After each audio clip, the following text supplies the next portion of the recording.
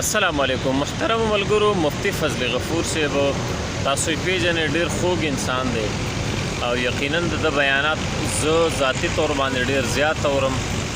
ځکه نن الحمدلله زه د کنجرتوب او د ډمتوب نه بچ یم او د علماو سره وابسته یم. محترم مفتی صاحب د علماو په فضایل کې یو حدیث بیان کړی دی چې زما د امت سپي به په علماو پسې غاپي.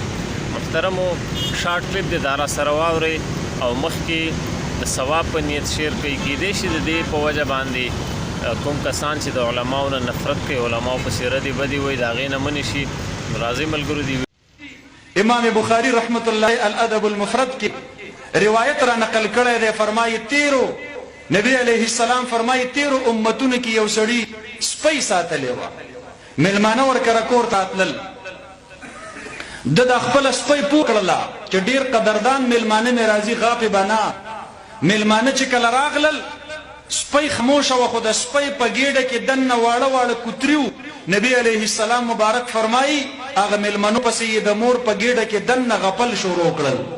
د دواړو جهانو سردار مبارک فرمایي كذلك يفعل سفهاء امتي بعلماء امتي، زما د امت سو بیوقوفان به دقه شانتي زما د امت په علماو پسې غاپي. داسې مه کوئ رونو او علماو رونو، تاسو مه خفه کیږئ. تبلیغ والا رونو تاسو مه خفه کیږئ. د افغانستان د امارت اسلامي مجاهدینو تاسو مه خفه کیږئ.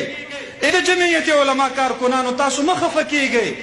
د عالمي مجلس تحفظ ختم نبوت ځوانانو تاسو خفه کیږئ. د تصوف او د تزکیې او د سلوک سره وابسته و مرشدینو مسترشدینو تاسو مه خفه کیږئ.